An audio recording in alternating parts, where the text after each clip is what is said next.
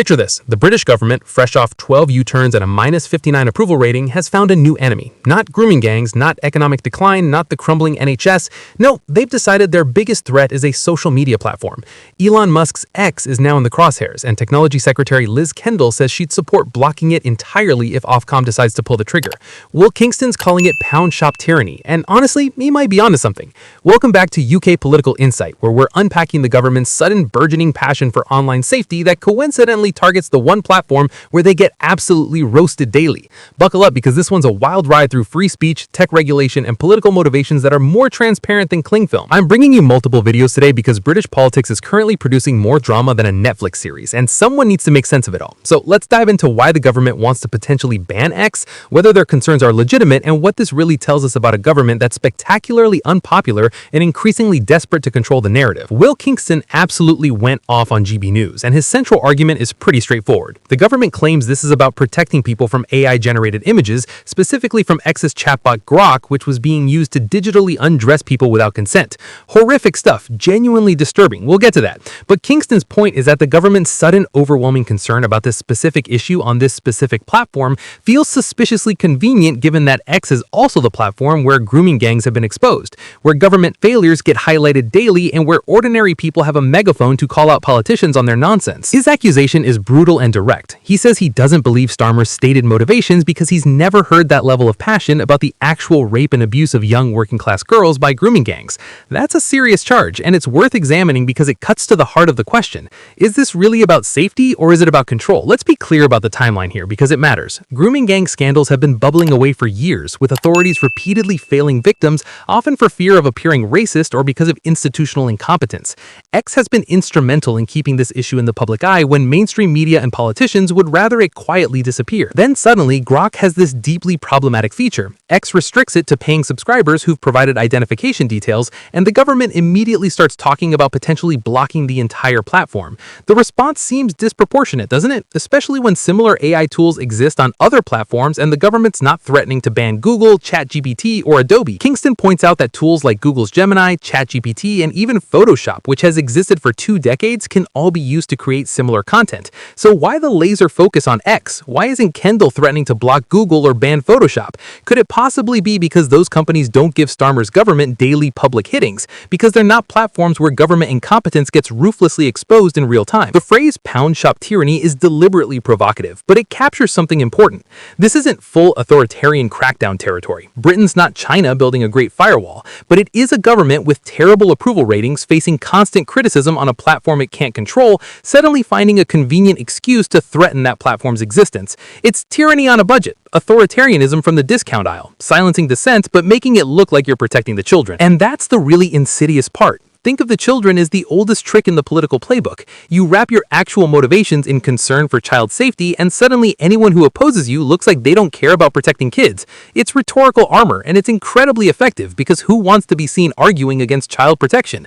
But when you look at the details, the inconsistency starts showing through like a cheap suit in sunlight. Now here's where this gets complicated, and credit to Dr. Renee Honderkamp for adding nuance, because this isn't simple. She agrees that X is being targeted partly because the government hates it, partly because they despise Musk, and partly because it's exposed them on grooming gangs and forced policy changes. But she also makes a crucial point. The fact that someone can pay to digitally undress people, that images of children can be manipulated into sexual content, that AI tools can create abuse material, this is genuinely unacceptable, and Musk hasn't done enough to prevent it. Both things can be true simultaneously. The government can be using legitimate safety concerns as a convenient excuse to target a platform they hate, and that platform can also have serious problems that need addressing. These aren't mutually exclusive positions. The world's complicated like that. Let's talk about what Grok was actually doing, because it's properly disturbing. Users were taking innocent photos of women fully clothed, just existing, and using AI to generate images of them in bikinis or completely nude.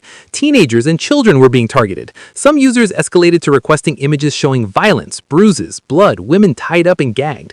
This isn't edgy internet humor. This is digital sexual abuse. Creating non-consensual sexual imagery of real people is a violation, and when it involves children, it's creating child sexual abuse material. That's not not hyperbole, that's the legal and moral reality. X's response was to restrict the feature to paying subscribers only, people who've provided their names and bank details and can theoretically be traced and prosecuted under existing laws.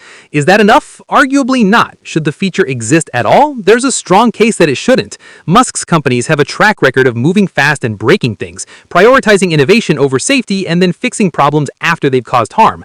That's not good enough when the harm involves sexual exploitation. But here's the question that matters. Does this justify threatening to block X entirely for the entire UK? Is that a proportionate response? Or is it using a real problem as justification for a censorship goal the governments wanted to achieve anyway? Because let's look at what else X has done that's inconvenient for this government. It's been the primary platform exposing grooming gang scandals when authorities wanted them buried. It's where government U-turns get highlighted and mocked relentlessly. It's where ordinary people can call out politicians directly without going through traditional media gatekeepers. It's where inconvenient facts about policy failures spread faster than the government can spin them. And critically, it's owned by Elon Musk, a billionaire who doesn't donate to labor and actively antagonizes progressive governments. Houndercamp mentions that last bit specifically. They hate Musk because he's a powerful billionaire who doesn't fund their party. That's cynical but probably accurate. Politicians love billionaires who write them checks and hate billionaires who mock them publicly. Musk does the latter extensively. He has repeatedly called out the UK government on grooming gangs, on free speech issues, on trans policy. He's used his massive platform to amplify criticism of Starmer and Labour. From a purely political perspective, they'd love to see him and his platform gone. So when a legitimate safety issue emerges with Grok, suddenly the government's all over it with maximum possible response. Not proportionate regulation, not working with the platform to fix the specific problem, not applying the same standards to all tech companies. No, straight to, we might ban the entire platform. That's not regulation, that's retaliation wrapped in a safety bow. Kingston's accusation about the lack of passion regarding grooming gangs is particularly pointed. For years, these scandals festered while authorities looked the other way. Victims were ignored, dismissed, sometimes blamed. The institutional response was characterized by cowardice, political correctness gone toxic, and a total failure of duty. When these issues have been raised, the government's response has been muted at best, defensive at worst. But suddenly, when it's about AI on a platform they hate, there's fire and fury and talk of bans. The inconsistency is glaring. If this was genuinely about protecting people from AI-generated abuse material, the government would be creating comprehensive legislation that applies to all platforms equally. They'd be working with tech companies to establish standards and enforcement mechanisms. They'd be updating laws to specifically criminalize the creation and distribution of AI-generated non-consensual imagery. But that's not what's happening. What's happening is a targeted threat against one specific platform that happens to be politically inconvenient. Musk's response was predictably blunt. They just want to suppress free speech. Is he right? Partially, probably. The government likely does want to suppress criticism and control narratives, and X makes that difficult. But he's also not acknowledging that his platform had a serious problem that his company should have anticipated and prevented. Both sides are being somewhat disingenuous here, which is par for the course in modern political debates. The broader issue this raises is about how democracies handle platforms they can't control. Traditional media has relationships with government, access to consider, regulatory pressures to navigate. Social media, platforms especially ones owned by billionaires who don't care about those relationships, are much harder to manage. Governments used to be able to shape narratives through friendly media. Now a single tweet can undermine days of carefully crafted messaging. That's threatening to political power, and the response is often to try to bring these platforms to heel one way or another. China blocks platforms it can't control entirely. Russia does the same. Western democracies can't do that overtly without looking authoritarian, so they find other justifications: safety concerns, misinformation, foreign interference, whatever works. Sometimes those concerns are legitimate, sometimes they're pretexts. Often they're a bit of both. The challenge is figuring out when regulation is genuinely about protecting people and when it's about protecting politicians from accountability. In this case, the specific concern about Grok is legitimate. AI-generated abuse material is a real and growing problem, but the response of potentially blocking an entire platform used by millions for all sorts of legitimate purposes is massively disproportionate and conveniently serves the government's political interests.